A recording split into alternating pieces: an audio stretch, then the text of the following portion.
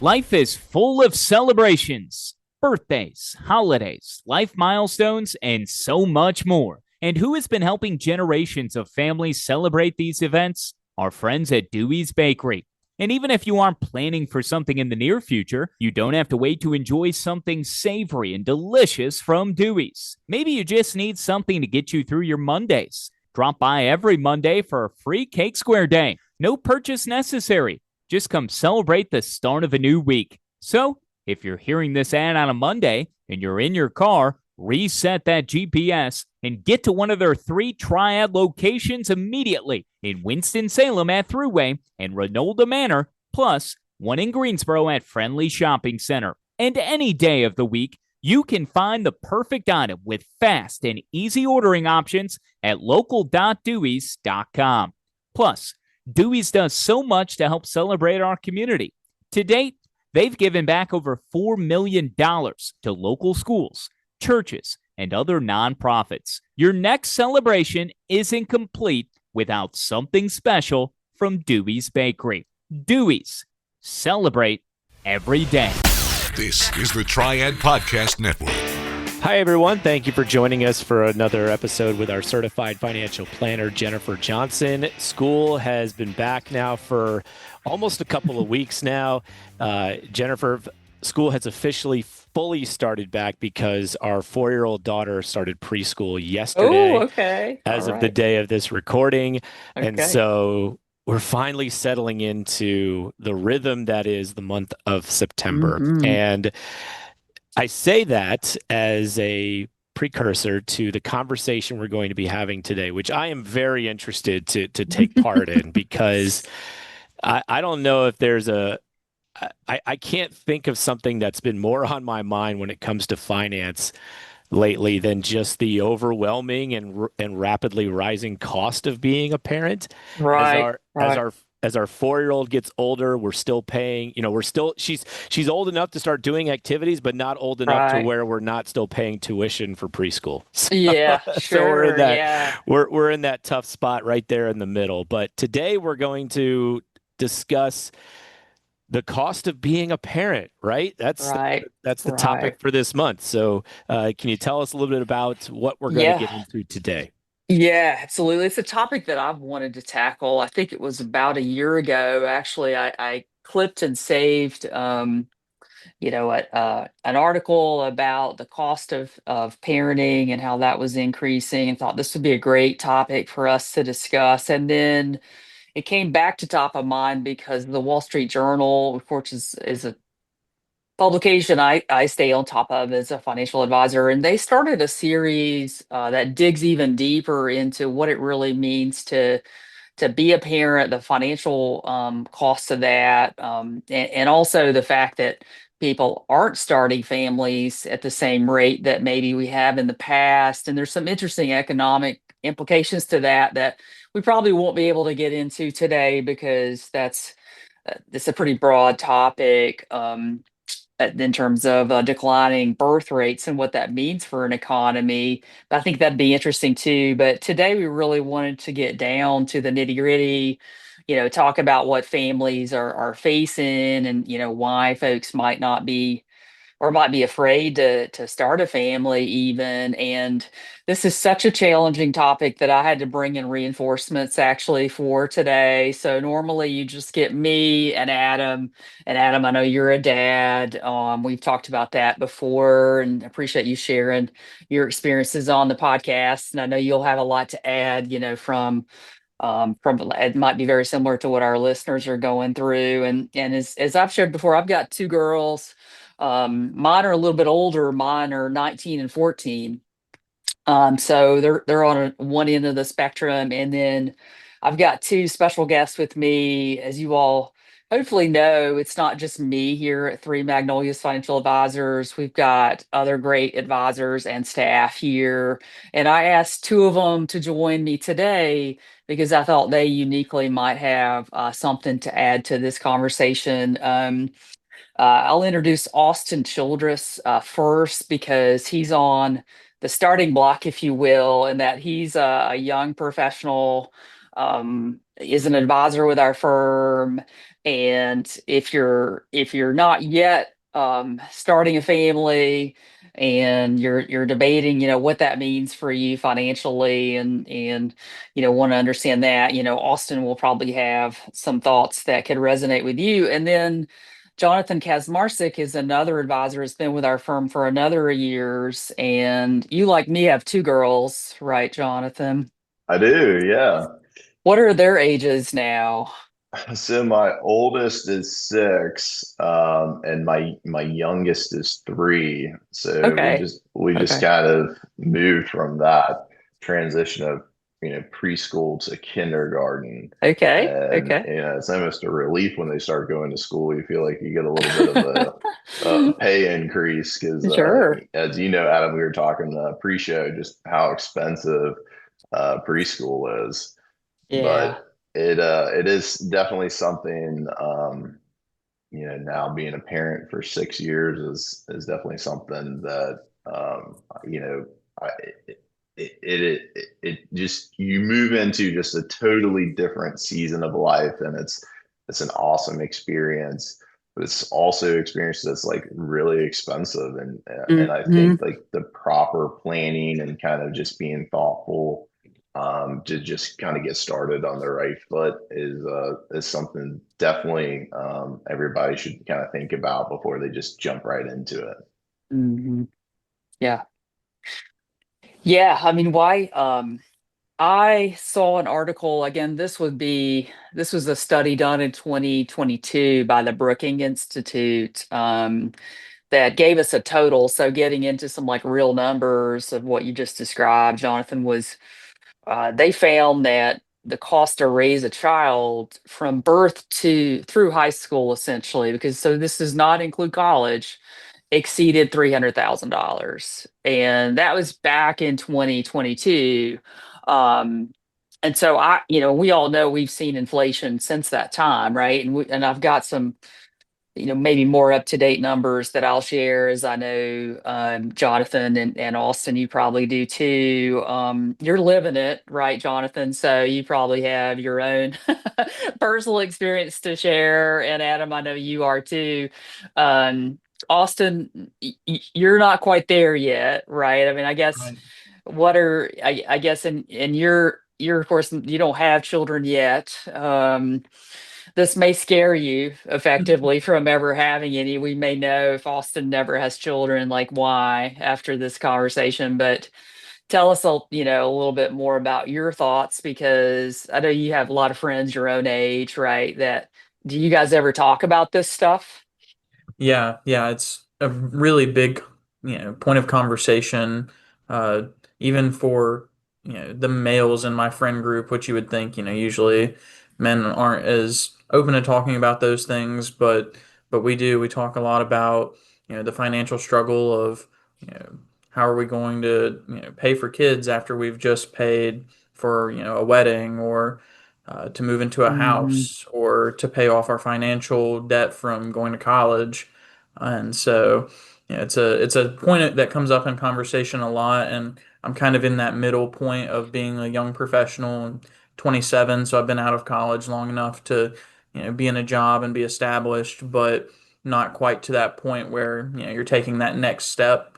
And so, and really starting to see pay raises and things like that Hmm. coming through. And so, kind of get both sides of the coin because I have friends that are in both situations of just starting out and then they're about to take that next step, and then others that are like me that are kind of in that middle ground. So Would you agree with one of the sources that I read said people were very wary and maybe delaying having children because of these costs? Would you agree with that? yeah, absolutely. I think the one I hear the most is about the student loan debt. Okay. Just such an overwhelming number for a lot of people that, whenever they see that and then rent or a mortgage coming out every month and they just go, well, there's nothing left, after that. Right. So I think in my generation, the new like quote unquote house broke is really like college broke. Of you Okay. go to this really nice college so that you can get this really great degree and then you can't do anything else after that because you're just stuck paying off these crazy student loans. And so, I think that yeah, that's the new Yeah. house broke for my generation. Yeah, that's interesting. Yeah. Yeah. Yeah, and I guess Jonathan, yours are a little bit older. You're into it, right? So, I mean, have you found things to be? I don't know if how much you guys thought about cost, childcare, which your wife, she's in the home, right? So that probably helps a bit with childcare, but I would imagine the other costs. Yeah, that's a great question. So, I've been an advisor now for 10 years, a little over 10 years, and I remember when we were kind of planning on having Adelina, our oldest daughter, and I was thinking about things like the cost of delivery, the cost of just diapers and formula and all that kind of stuff.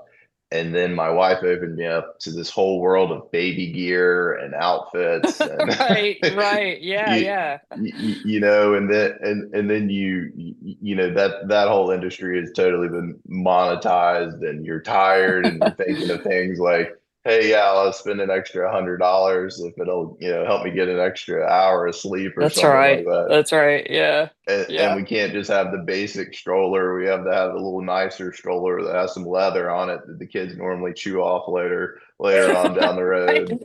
Right.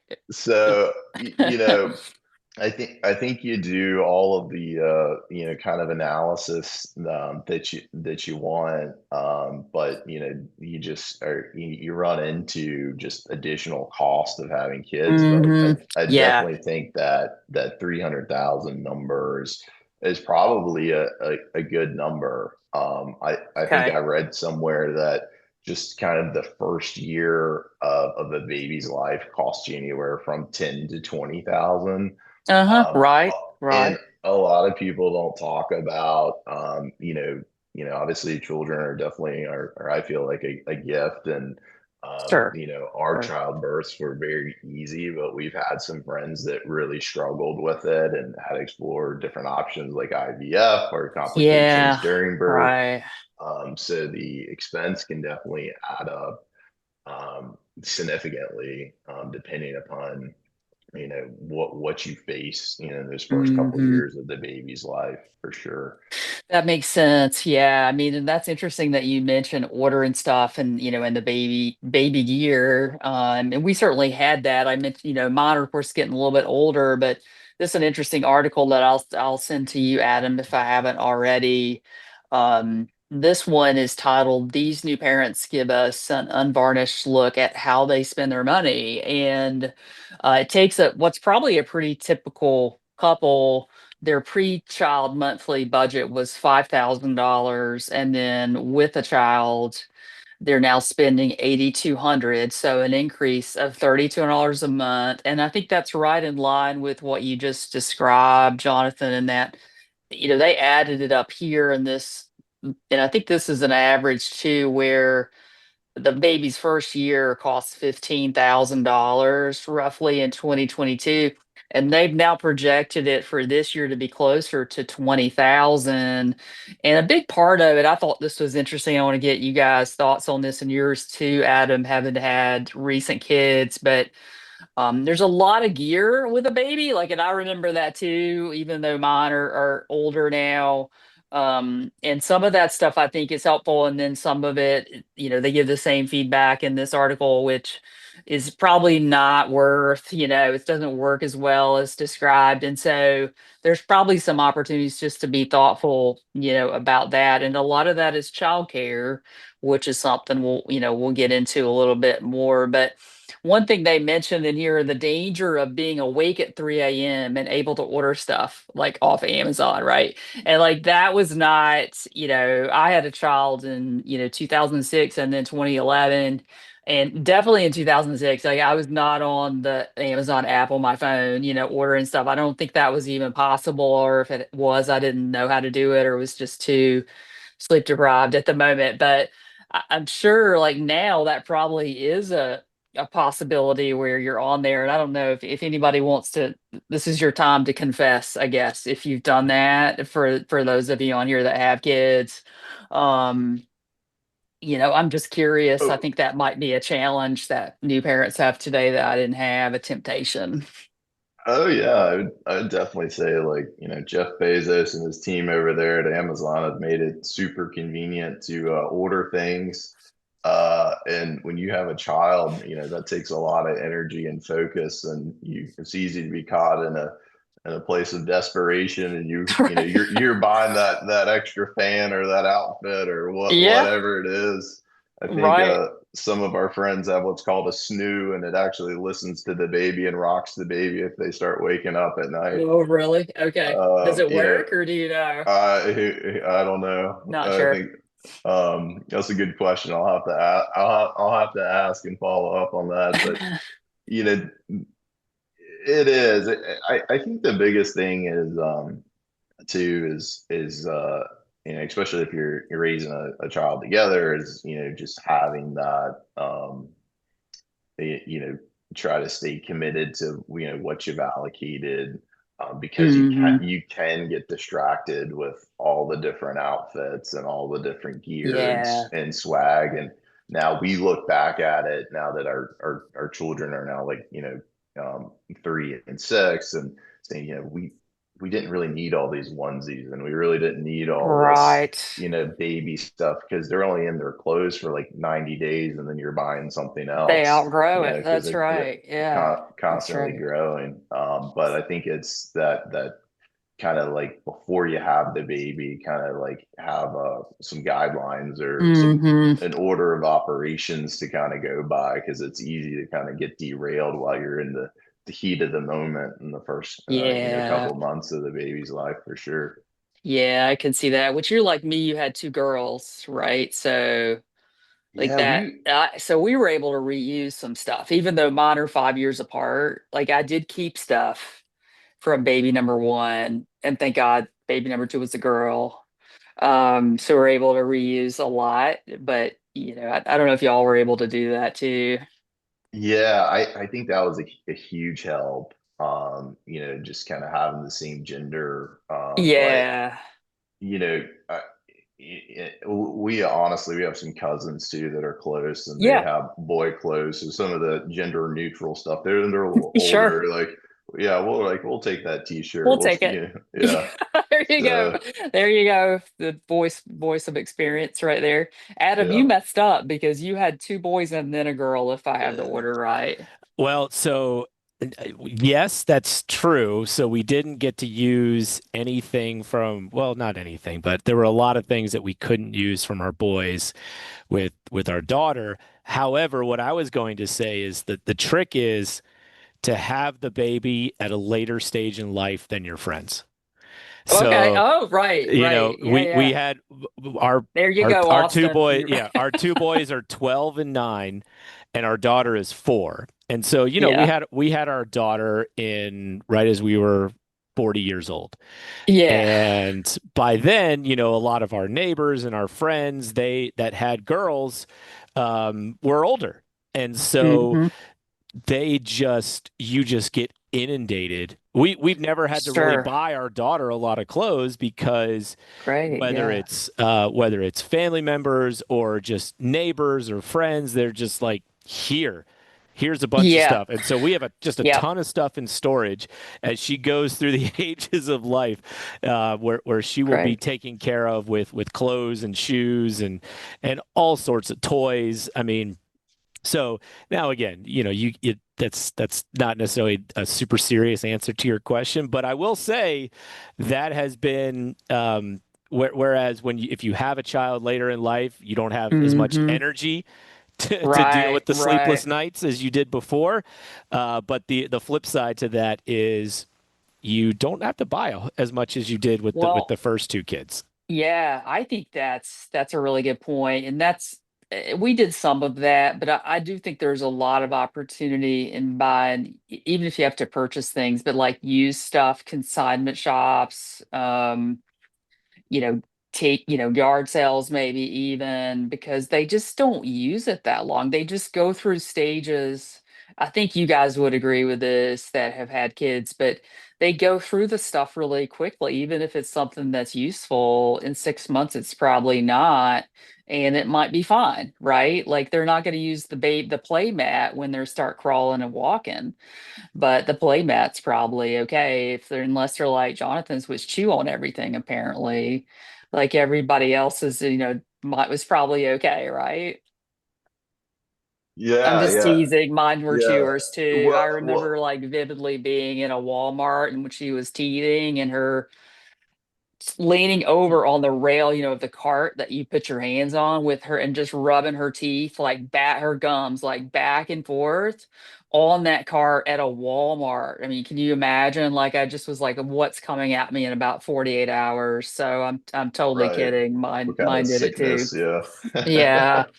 Well, it's funny too. Like we always joke, we buy all these toys, and then it's like TV remotes and car keys they gravitate towards. That's right. That's right. Yeah. I have heard stories like yours, Adam, where you have like two kids, maybe, and then you get a surprise like a little bit later, and you had gotten rid of everything, and like they're just as happy to play with a box, or like they had no toys and they're fine, right?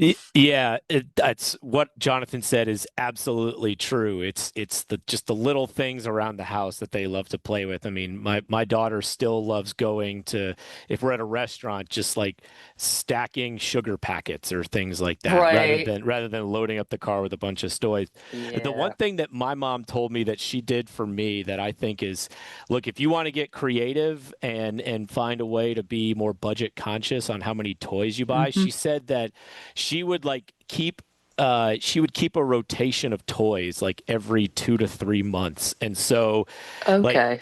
put you have this group of toys, you put them in a closet or some storage area, and then every 2 months you rotate the toys through, and then you hide the ones that were there.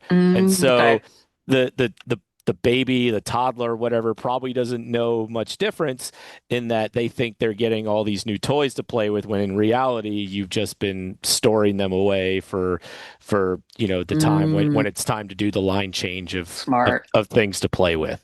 That's the voice of experience. Now, did you come from a big family, Adam? I don't No, remember. no, no. I had yeah, just one younger, one older sibling. So no, Okay. not a big Okay. family, but my parents were, we didn't have a lot of money when I was very little. Sure. We lived in a very small place until I was in about fourth grade, and so yeah, during those younger years when I was just playing with random toys as a baby or a toddler. Yeah, I wasn't getting a bunch of new things to play with that were purchased at the store. That's Hmm. that's the way that my parents went about circumventing that whole thing. Yeah, that sounds very practical. Austin, what are your thoughts there? Do you have any friends that have kids, or are they at that point yet, or what are you guys talking about as you guys are thinking about this kind of thing? Yeah, I have a few friends that have young kids, younger than 3 or 4, and I actually have a younger sister who's about to turn 9. So Okay, wow. Yeah. big age gap there, but have been able to see her kind of grow up from the 5 to 9 range and see how my dad and his wife have handled that. And so yeah, it's really interesting to me that yeah, I hadn't really thought about the Amazon factor, but that is definitely one that hits my generation very hard. Is Right. so accessible and so easy, and like I don't have kids, and I do that and just wake up at 3 in the morning and buy something on Amazon. Uh, Right. that'll be a Well, thing to learn moving. right. One takeaway is going to have to be like no purchases after like 11 p.m. or something, right? Right. From our discussion here. But I'm curious about childcare too, because obviously it's been a minute, for me. That's one of the bigger costs to that when we look at like that example where the monthly spending went from 5,000 to $8,200 a month, after having the child. A big chunk of that, in their case, this example, they hired a nanny, and so that's a big part of that increase there. I don't know if folks have practical experience about childcare or Austin, what you folks are thinking about now when you think about, planning for that, because that's generally one of the bigger, I think, the medical costs too. Somebody mentioned it. I think it was you, Jonathan, too. I think that if there's one thing probably not to skip on, it's medical care, right? Because if those out of pocket costs can be scary, but planning around childcare costs may be where you'd have some opportunity to craft or to impact that post-child budget.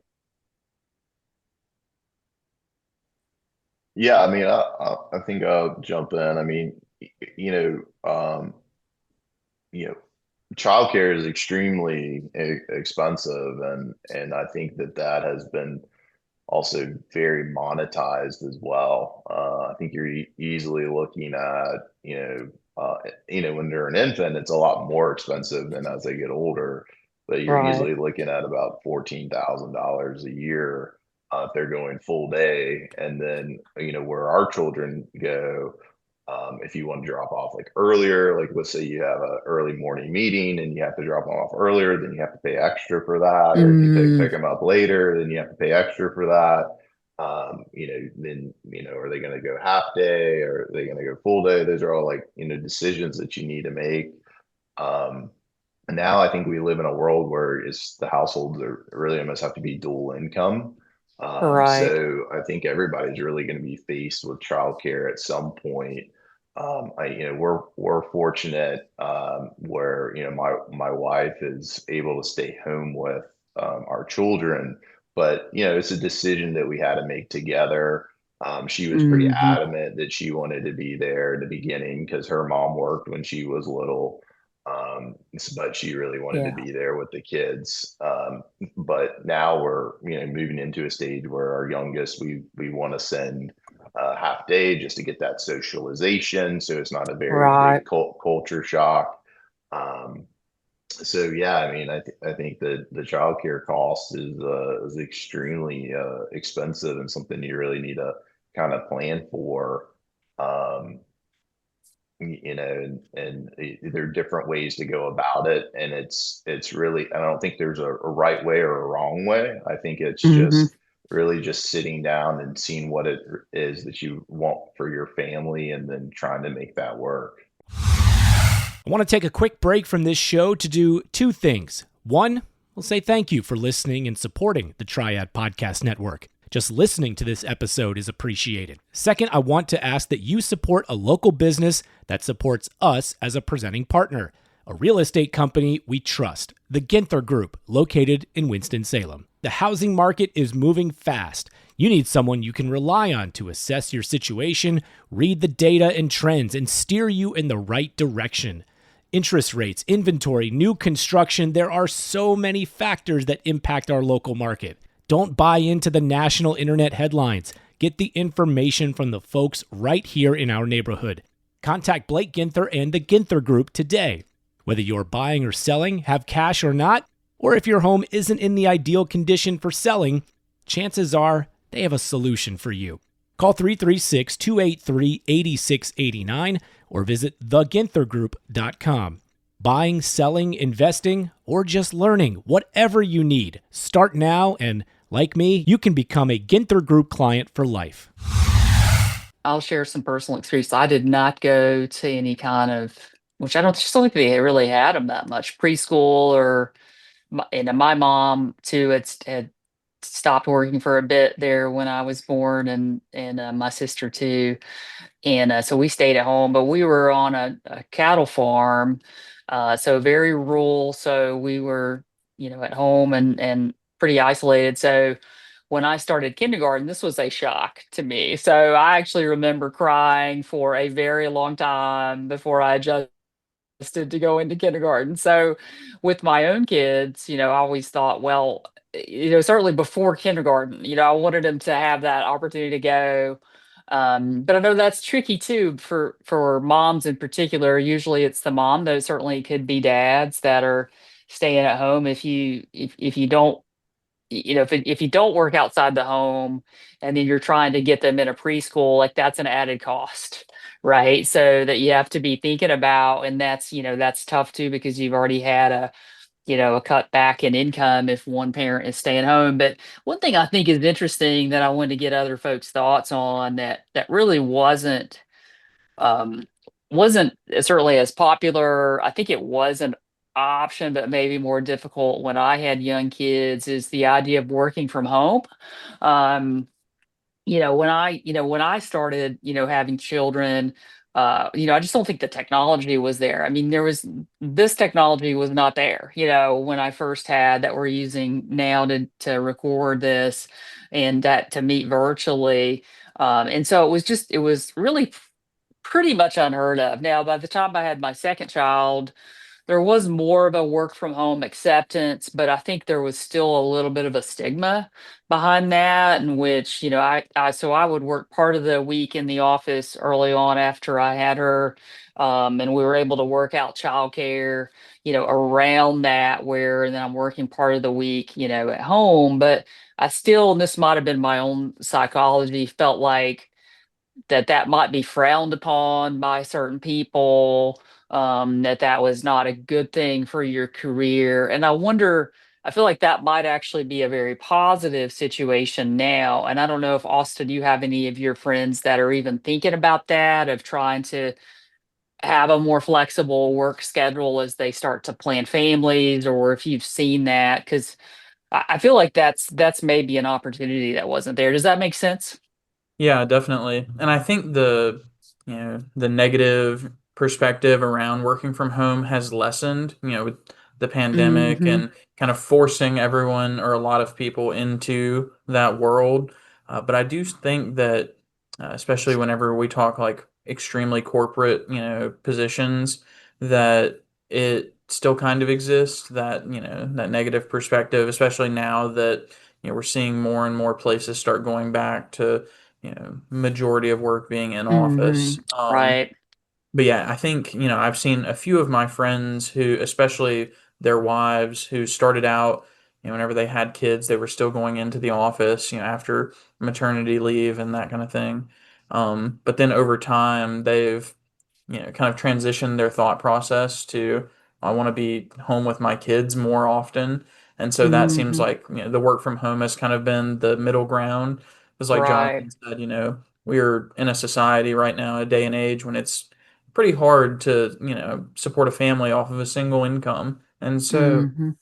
I think that, that will end up kind of being the middle ground for parents who do want to be at home with their kids, but still needing that income, is, the work from home world for, for both or just one parent. Um, and I am optimistic about it looking over the next, 20, 30 years. But I will say, before I became an advisor, I was in a work from home position, and it is taxing in other ways. And so just Okay. kind of like whenever you're a kid and you don't go out into the world until you're, in school, that first experience is like culture shock. Well, whenever you're an adult who doesn't go out into the world and work, and then you have to go out into the world and interact with people, it can be a bit of a culture shock. Okay. Yeah, that's Even if interesting. Yeah. even if maybe you've done those things before, just being away from it for Yeah. a long time, it can take a toll. And so, Well, yeah. I mean, I think we all I think COVID was taught us that, right? Like what an adjustment it is to one be, be all isolated and in your home, and then, then to move back into the world. I think probably particularly for kids, but that's a good point for adults too. Yeah, Do, I think it's I think it depends sometimes on what your job is. I've just transitioned to a remote job, and oh, right. during Yeah. the summer we've had all of our kids at home. My wife works part-time, but she's at home 4 out of the 5 days during the week. Mm, And I think it just depends. Like if you can have a remote job and it's still as demanding in terms of your time as an in-office job. oh, And sure. so Sure. it can be tough. You might say, well, why do you have to send your kids to daycare? You work from home. Hmm. Can't you take breaks and help out? It's not that simple, right? Oh gosh. Um, Yeah. and Yeah. when you're logged on for your job, sometimes you can't break away for hours at a time. Yeah. And, you know, but you may have a job that does give you the flexibility to pick your kids up from school, take your kids to school, take them to doctor's appointments, log off early at 4 o'clock to get them to a music lesson or sports practice, Mm-hmm. or whatever the Right. case may be. So it, whether it's in office or at home, your time is still your time. And Mm-hmm. so it's not always the best thing. It's not always realistic to have your kids at home and maybe be able to save some money Yeah. by not having a nanny come by the house, or paying a Right. babysitter, or sending them to preschool or daycare. So Mm-hmm. yeah, it really just depends, I think, whether it's remote or whether it's in office, just what kind of flexibility you have. But I would imagine that you all probably see that the flexibility is more and more valuable to people, Right. when it comes to what their job offers, because yeah, flexibility doesn't pay you anything, doesn't add to your income, but can help you reduce your expenses. That's for sure. Yeah, yeah, I would think so too. And I would encourage people to keep that in mind if you're planning ahead for a family. I mean, I think you're right, Adam. I mean, I remember back when COVID hit, and we're an early phase of that. We're at home, and I'm trying to work from home, and kids are doing school at home, and mine were younger, of course, at that time. And I still remember the day they announced we weren't going back to public school that spring, because that was a tough day for me. I was like, oh my God, this is going to go on for months. And because you're supposed to be work, you're trying to do your work and then also keep them on task. They're younger. I think I had one middle school, one elementary school age child. I mean, that was traumatic, I think, for me. Because I just, you also can get in a situation where you feel like you're always working, I think, right? Because there's not any clarity of when does your work stop. You're not leaving your workplace and going home. So it really takes some planning, I think, and intentionality.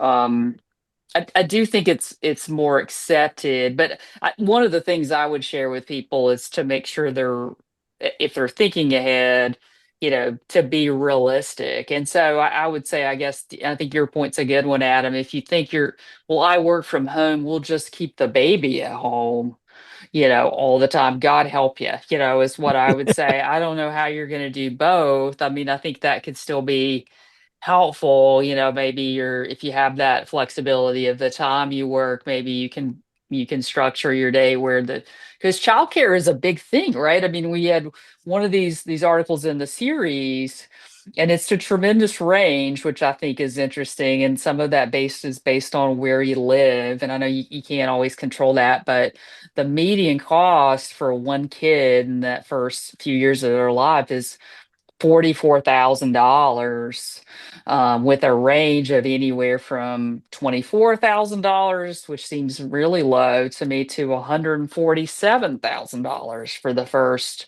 5 years of their life. And that's a real challenge. I would guess the $24,000 number might be like some sort of part-time, mother's morning out or father's morning out kind of thing, up to maybe a cost of a living nanny kind of thing for a few years there too. But it's a huge issue to try to figure out, for families.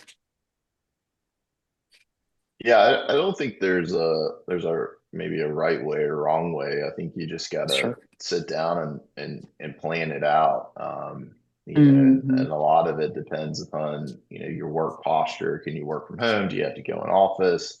Yeah. Are both working? Maybe somebody does drop off, somebody does pickup. Right. Or maybe you do half day and then you have a nanny, or maybe you have a mom or dad or somebody that comes and picks them Yeah. up.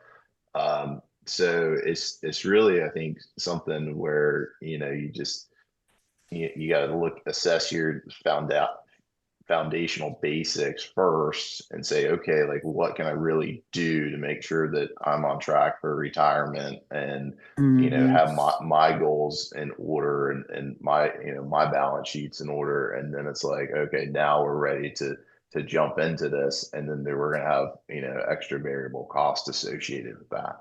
Hmm. Yeah, Um, because I think I can't find any circumstances where people are like, wow, this baby's a lot cheaper, than I expected. Like, I don't know if anybody ever had that experience. Like, I just don't see any of that. But I think some of that's within our control. I think that's what we're getting at, right? I mean, we're realizing like what parts of that are choices that we're making. And then some of that is things that we just have to recognize, hey, this is going to add to our costs. Like there's no way to do it without that.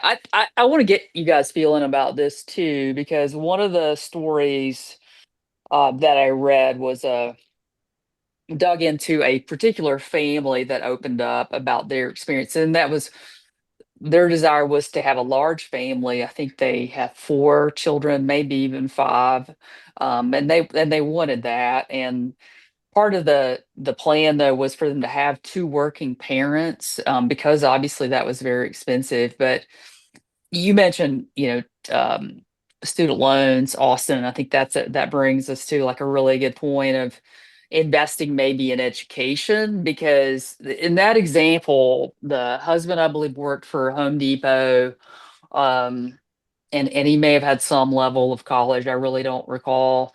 And then the wife had actually gone back and maybe gotten an additional certification or degree to try to increase her earnings. But they also had to pay for that, right? They had to pay for that investment in her schooling. And then, unfortunately, to your point, Jonathan, like there were some complications with the delivery. And so there was a tough call of like, okay, somebody's going to have to really stay home, especially with a very young baby having some, issue. You can't just drop this one off, at a childcare facility. So then they were kind of in this like sort of predicament of, we've invested in the education, but yet we can't really benefit from that higher pay because the pay still wasn't quite at the level of covering the childcare. And they had some special health care issues. So I don't know. I'm curious if you have any, either of you, but especially you, Austin, since you guys are at kind of closer to college age, and wonder what people are thinking about. Are they thinking like, hey, this, college, which could be its own topic, certainly, but it'd be worthwhile for me to try to increase my earnings, and go back and get a particular degree or expertise or something? Or folks like, I just don't, I'm scared to do that because what if I'm saddled with student loans and I want to start a family? Yeah, definitely. I think that, college for a long time has kind of grown in importance in like the social sphere where, if you want to feel like you're more respected, amongst your peers and, in the workforce, like you need to have that college degree, but we don't see that translating in, pay and promotions Mm-hmm. in this like 23 to Interesting. 29 age group. Like Yeah. it seems like it's more important than it really is, at least whenever you just, look at the numbers and the data. Um, but that being said, like I was someone that went to college and, had a Yeah. great experience and stayed long enough to do 2 degrees. And so, Okay. I was getting something from it. And so Yeah. I do think that it's something that as my generation looks at having kids now, they're going to want to prepare more for, more 529s and education savings accounts, that kind of thing. It's just figuring out how to make those happen on a monthly income is really the point that I hear Yeah. a lot of, frustration about. And yeah, it's a weird dilemma to be in because uh, the same reason that young parents can't do those things or feel like they can't do those things is because those things weren't prepared for them. Oh, that's interesting. Okay. They didn't have, these 529s and things helping them out.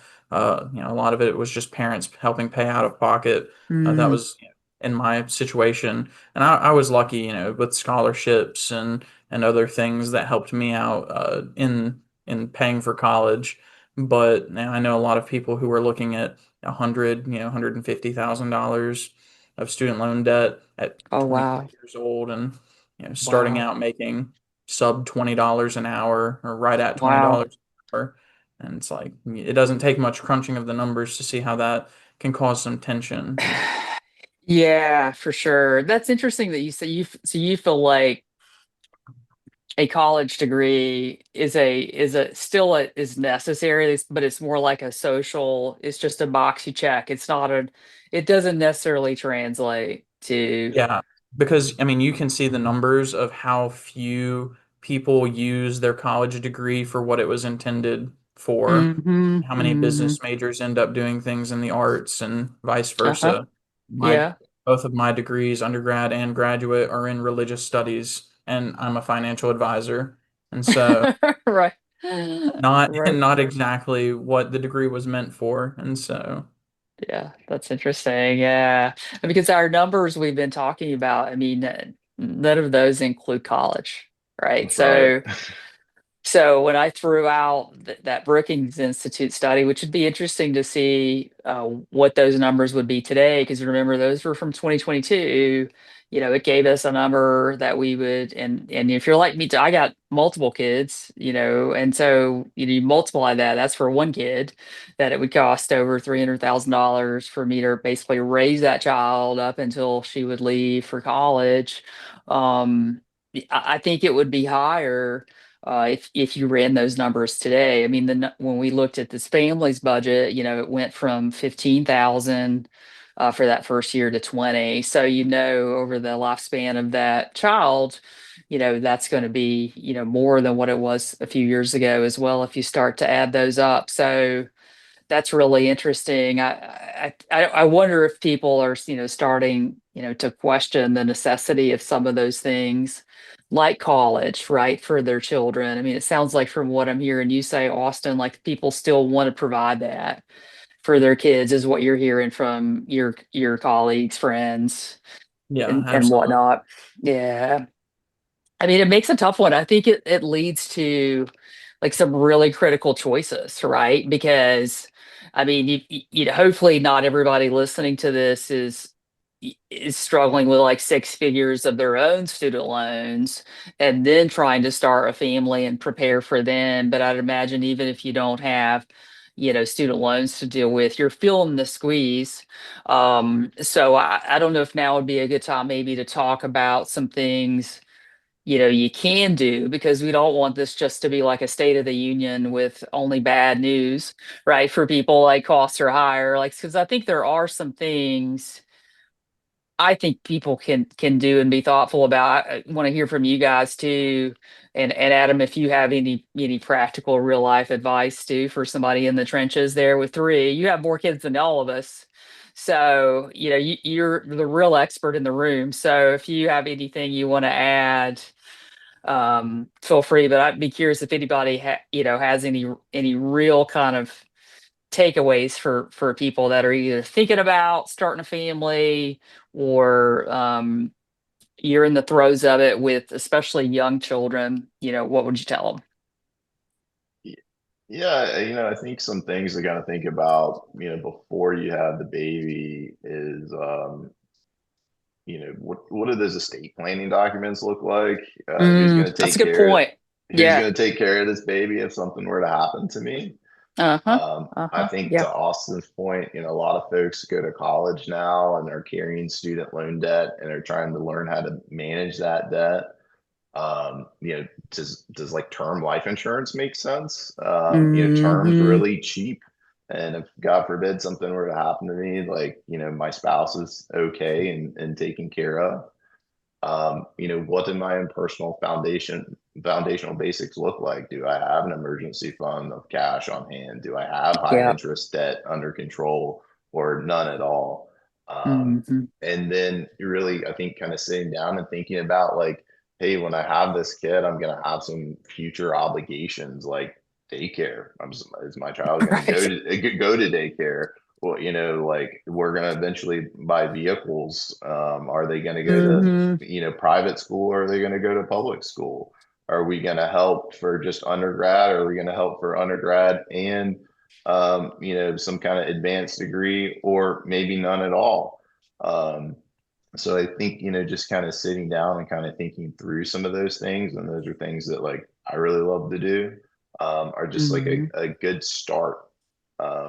So that would be kind of my 2 cents on that.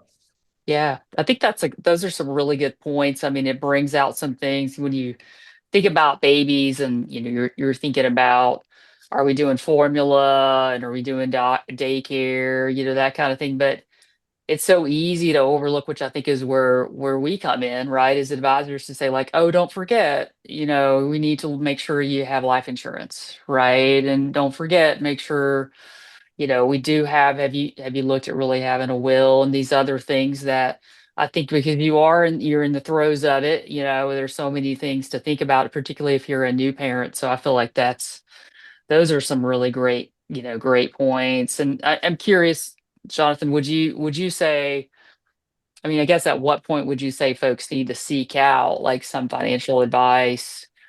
I have my own opinion, but I'll see what you would Y- say, in terms of like really planning for, y- for a family. And I guess too, when you're thinking about planning for somebody, you're thinking about retirement planning, which we of course all think super important, but if having a family is part of the plan too, right? When do you start to have those conversations? Yeah, I think we kind of have that title, like financial advisor, financial planner, whatever it is. I've almost coined the phrase thought partner, right? And, it's like, when is a good time to just, we like just being a Hmm. thought partner. Like, what are you going through? Like, let's talk about it now. And, I don't think that there is a right time or wrong time. I think now's the best time, right? So Yeah, let's sooner the better. just sit down, have a conversation, start the process. It doesn't cost anything, and just see where you are and see if we can provide value or give you something to think about. I think all of the retirement planning, all that kind of thing, that eventually comes later. Right. I think we've really seen a change in the generations of focusing on like a linear life path of save all this money and then enjoy the last, like, 15 years of our life, to how do we have experiences now, and enjoy things now, but still hit those big macro goals. Yeah. But yeah, I think just being a thought partner early on, and just, seeing what value we can provide is really beneficial. Yeah, that's great. I think the sooner the better. I would completely agree with that. And I know we're coming up on some time constraints here too, but Austin, how about you?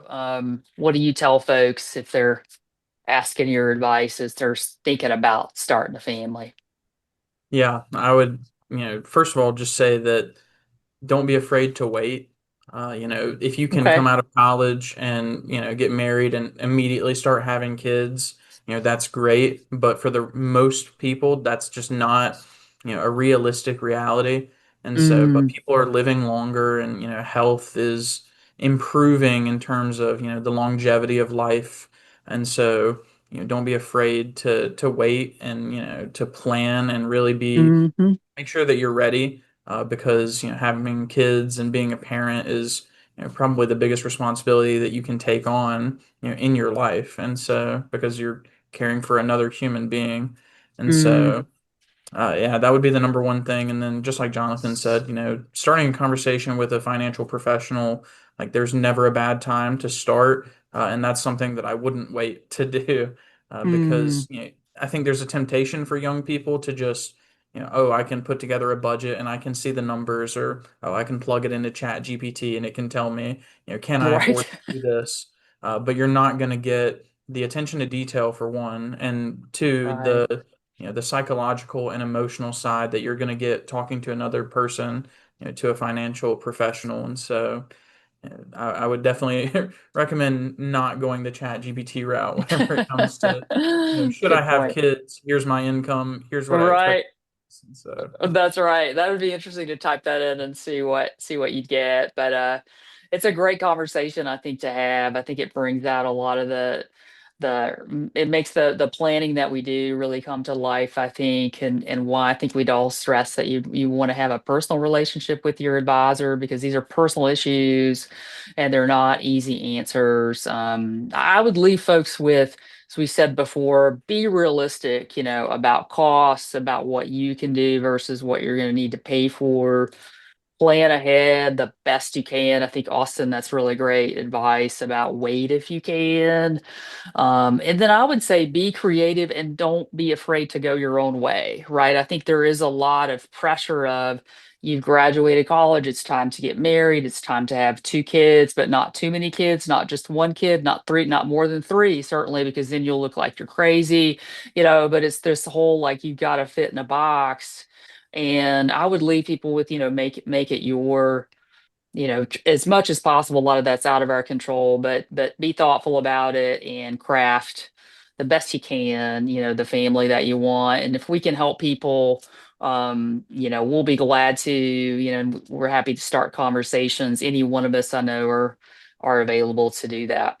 Okay, well, we'll put the information in the show notes for how to get in touch with Jennifer, the entire team at Three Magnolias Financial Advisors. Anything else that Austin, Jonathan, that you guys would like to leave listeners in terms of getting in touch with either of you? I would just say, like I said before, love to have conversations, love to be a thought partner on things and see how we can help you put your best foot forward. I think contact the office, and then, we can definitely get in touch with you.